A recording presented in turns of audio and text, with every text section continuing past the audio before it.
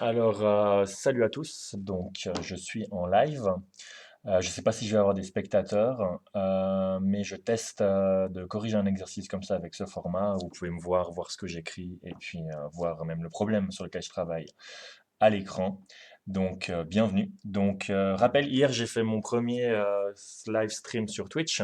Donc, j'ai diffusé ma participation au concours de jeux mathématiques et logiques de la Fédération suisse de jeux mathématiques et logiques, de la FSJM. Donc, c'était un concours chronométré qui était pour le fun, puisque le vrai concours auquel je devais participer a été annulé à cause de l'épidémie de coronavirus. Et donc aujourd'hui, j'ai envie de revenir sur ce problème, le problème 17, qui est un problème dans la catégorie haute compétition. C'était un des deux problèmes les plus durs du concours que je n'ai pas réussi à résoudre hier en live, mais que j'ai résolu après parce que c'est toujours plus facile une fois qu'on a fini. Donc le concours tourne encore. Hier, il y avait la version chronométrée, il fallait rendre avant 17h30. La version pour le fun est toujours en ligne. Vous pouvez aller sur le site de la FSJM. J'ai mis le logo ici. Et si vous voulez vous attaquer à ce problème, prenez le temps d'y réfléchir. C'est un problème qui est vraiment très joli, très sympathique. Et donc, j'aimerais vous montrer la solution, justement. Donc, arrêtez de regarder maintenant si vous voulez vous attaquer vous-même à ce problème. Et puis, de mon côté, c'est parti. Alors, le problème, qu'est-ce qu'il nous dit? Dans un terrain en forme de triangle rectangle isocèle, architecte envisage de construire un musée qui comprendra 3 bâtiments rectangulaires disposés comme sur la figure. Les dimensions de ces bâtiments ne sont pas encore définies, mais ils occuperont une surface maximale et les contacts entre les bâtiments ou avec le bord du terrain correspondront à ceux du dessin. Les surfaces non bâties seront herborisées. Le terrain a une aire de 2020 mètres carrés.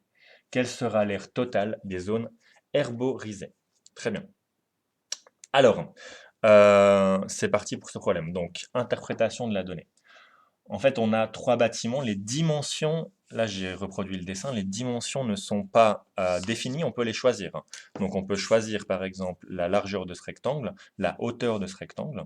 Une fois qu'on a choisi ça, on peut choisir par exemple la hauteur de ce rectangle-ci. Il pourrait être ici et il se prolongerait jusqu'à la diagonale de ce demi-carré qu'on a ici. Ça c'est un demi-carré. Et une fois qu'on a placé ces deux-ci, alors, on peut placer un bâtiment qui est parallèle à la diagonale et qui doit prendre le maximum d'espace pour toucher en ce point de contact, ce point de contact et ce point de contact. Alors, la question au final, qu'est-ce qu'on sait? On sait que les 3 bâtiments doivent occuper une surface maximale. Donc, la surface occupée par les bâtiments doit être maximale. Et on pose la question, quelle sera l'aire totale des zones herborisées, c'est-à-dire l'aire du reste? Alors, si les bâtiments occupent une... Ah, bah, c'est de l'herbe, je vais prendre un stylo vert. Si les bâtiments occupent une aire maximale, ça veut dire que la zone que je suis en train de délimiter, c'est-à-dire la zone herborisée, doit être minimale. Donc, je vais tout de suite prendre ce point de vue-là. Je vais plutôt essayer de minimiser les zones vertes ici. Et puis, je vais calculer tout de suite l'aire de ça, mais avant, il faut que je choisisse des paramètres. Alors, qu'est-ce que j'ai comme paramètre intéressant?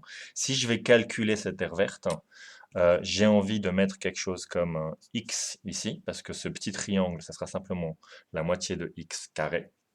D'accord? Ça sera la moitié du carré. Je peux mettre, par exemple, un y ici.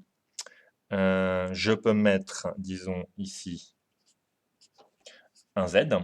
Et puis, qu'est-ce que je vois ici? Ça, c'est un rectangle. Donc, cette longueur ici est la même. Donc, ici, cette longueur est la même que celle-ci, qui est la même que celle-ci, qui est la même que celle-ci. Donc, ici, j'ai aussi z. Et puis, celui du milieu, ben, là, j'ai déjà mis 3 paramètres. Donc, celui du milieu, je vais pouvoir le calculer en fonction des 3 autres. Le triangle qui est au centre, sa longueur ici, on va lui donner un nom quand même. On va l'appeler A. A, je vais probablement pouvoir le calculer. Donc, qu'est-ce que je sais ici? Je sais que A, je vais faire un choix. Je vais faire un choix, c'est que je vais définir que le total ici vaut 1. D'accord? Donc, je normalise le problème. Je suppose qu'ici, j'ai 1. Et puis, je regarde ce qui se passe ici. Ici, j'ai Y. Donc, ici, j'ai Y aussi. Donc, ici, j'ai aussi Y. Ici, j'ai Z. Donc, ici, j'ai la diagonale du carré de côté Z. Donc, cette longueur entre ici et là, c'est racine de 2 fois z, parce que le rapport de la diagonale d'un carré à son côté, c'est racine de 2. Et ici, je me retrouve avec le a que je cherche, et j'obtiens une relation. Ici, j'obtiens la relation x plus y plus racine de 2 fois z, et plus a est égal à 1, ce qui me donne que a est égal à 1 moins x moins y moins racine de 2 fois z. Ok, donc ça m'a donné a. Maintenant, je peux calculer l'air. L'air qui est en verte, qui est en vert, qu'est-ce qu'elle vaut? Alors, j'ai ce carré ici, donc une demi x carré. Je vois que je vais avoir des demi partout, donc je vais tout de suite la multiplier par 2, cette r, ça va me simplifier la vie. Donc je vais avoir x carré. Ici, j'ai un y qui va me donner un y carré. Ici, j'ai z, je vais avoir un demi-z carré. Ici, je vais avoir un demi-z carré, donc je vais avoir z carré au total, fois 2, ça va me donner 2z carré. Plus ici, ce a au carré, donc a au carré. Et a, je viens de le calculer, donc c'est 1 moins x moins y moins racine de 2 fois z, et évidemment au carré. Ok, donc j'ai calculé 2 fois l'air. Maintenant, il faut que je réfléchisse à ça. Je vois qu'ici, j'ai racine de 2z, et ici, j'ai 2z carré. J'ai très envie tout de suite de réécrire ça. X carré plus y carré plus z prime au carré. Et puis ici, je mets 1 moins x moins y moins z prime au carré. Ou ici, pour trouver cette égalité-là, j'ai fait un changement de variable. J'ai mis z prime égale racine de 2x. Et puis maintenant, j'ai cette très jolie formule que je dois chercher à minimiser. Alors, pour minimiser ça, on voit qu'on a vraiment deux blocs ici. On a un premier bloc qui est ce bloc des x carré, y carré, z carré. Et ici, on a un deuxième bloc qui est le bloc x plus y plus z prime. D'accord, donc on a 1 moins x plus y plus z prime. Et il faut mettre ces deux choses en relation. Donc, ici, comment je fais ça? Je vais fixer la valeur de x plus y plus z prime. Si on fixe x plus y plus z prime égale une certaine longueur, je ne sais pas, alors ça va être déterminé, cette parenthèse-là va être entièrement déterminée par cette valeur L. Il faut que je me pose la question comment je minimise ce terme x carré plus y carré plus z carré. Et la réponse, je l'ai un tout petit peu préparée ici, mais en deux dimensions. Donc je vous montre ici ce que j'ai fait. Hop, revenons ici. X plus y égale L. Ce que j'ai fait ici, c'est que je suis passé en deux dimensions. C'est quoi x plus y égale L? C'est cette droite. C'est la droite dans ce plan qui passe par le point 0L et le point L0. Et puis, x carré plus y carré. Ici, je dois minimiser x carré plus y carré plus z prime carré. Donc là, je passe en deux dimensions. X carré plus y carré, qu'est-ce que c'est? C'est simplement la distance du point xy, qui est un des points de la droite, vu que je cherche à minimiser, à l'origine. Donc cette distance, elle est minimum quand on est à la distance à la droite. Et ça arrive à quel moment? C'est quoi la distance de cette droite à ce point? Et bien simplement, c'est quand x égale y. Et là, j'ai la distance qui est minimale. J'ai cette distance-là, c'est effectivement, cette distance est minimale ici. Donc dans cette situation, exactement quand x et y valent une demi. Alors, vous pouvez visualiser en trois dimensions qu'ici, on a la même situation. Si on fixe x plus y plus z' égale L, x carré plus y carré plus z carré est minimum.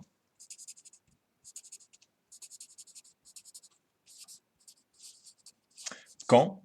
Exactement quand ils valent tous la même valeur, c'est-à-dire x égale y égale z', et cette valeur, ça doit être quoi? Ça doit être L sur 3. Alors si on fixe L, chacun des x, y et z vaut L sur 3 pour minimiser le membre rouge de cette équation. D'accord? Et qu'est-ce que ça vaut à cet endroit-là? Alors, je vais passer à une feuille suivante. On obtient alors que l'air, eh bien, elle vaut, si je reprends ma feuille d'avant, ici j'ai x carré plus y carré plus z prime carré, mais je fixe cette valeur, x, y et z' valent tous L sur 3.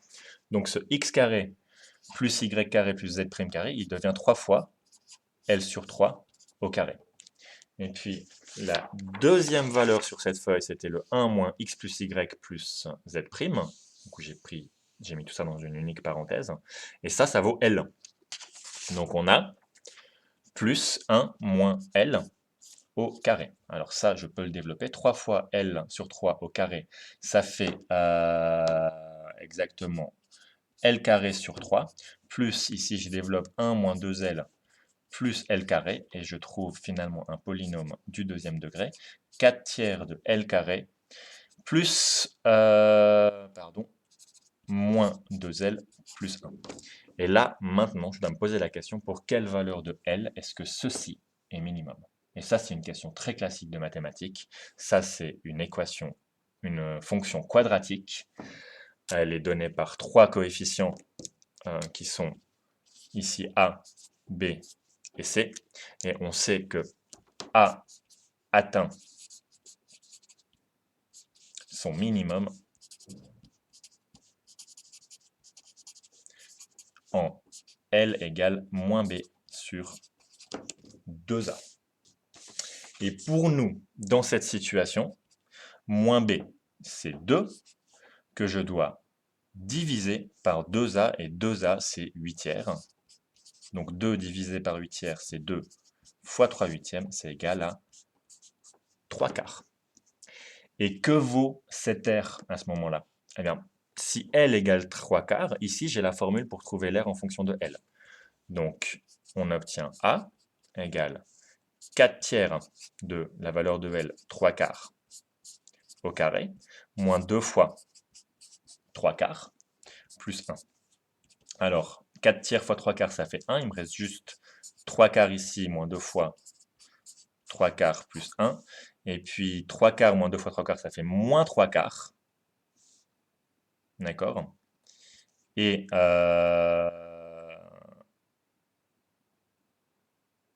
pardon, 3 quarts moins 2 fois 3 quarts, ça fait...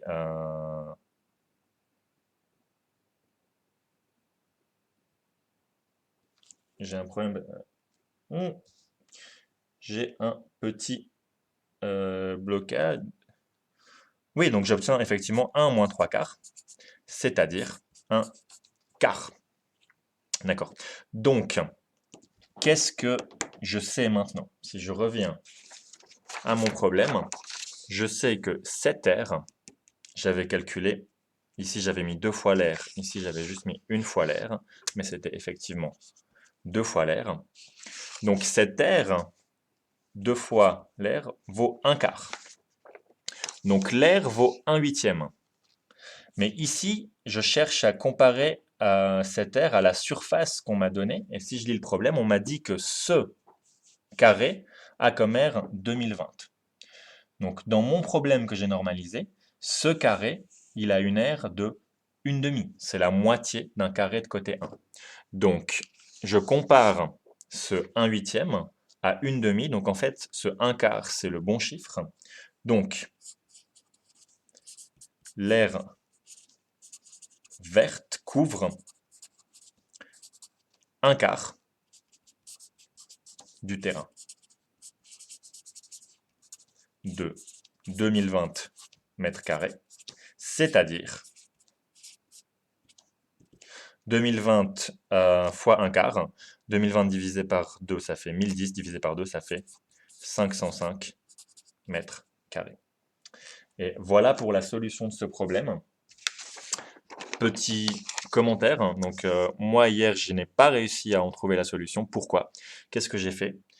J'ai pris comme variable, j'ai pris la largeur de ce rectangle, la longueur de celui-ci, et puis donc la largeur de celui-ci, et c'est des mauvais choix en fait. C'est des mauvais choix pour paramétrer l'air, parce que je suis resté sur l'idée de maximiser l'air des 3 rectangles, et ça donne des formules qui sont plus complexes. On n'arrive pas à voir aussi bien qu'ici comment s'écrit cet air, et donc on n'arrive pas à avancer. Donc voilà, ça c'était la solution de ce problème que je trouve extrêmement joli parce que c'est un problème d'optimisation dans lequel il y a trois paramètres. Donc même un étudiant de niveau secondaire du gymnase ou de lycée, il saurait a priori pas comment l'attaquer parce qu'on ne sait faire ça que quand on a un paramètre. On apprend ça avec la dérivée.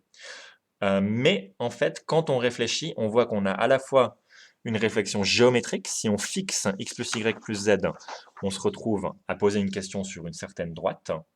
Et dans ce cas-là, on comprend très bien ce qui se passe avec ce x carré plus y carré plus z prime carré. Et donc, on sait le minimiser. Et une fois qu'on a compris ça, ben, on se retrouve dans un problème d'optimisation qui, lui, est classique, qui est le problème d'optimisation, qui est trouver le minimum d'une fonction quadratique. Et une fois qu'on fait tout ça, on arrive à une solution qui est extrêmement jolie. Ok, je vous remercie, je vais m'arrêter là. J'espère que ça vous plaît.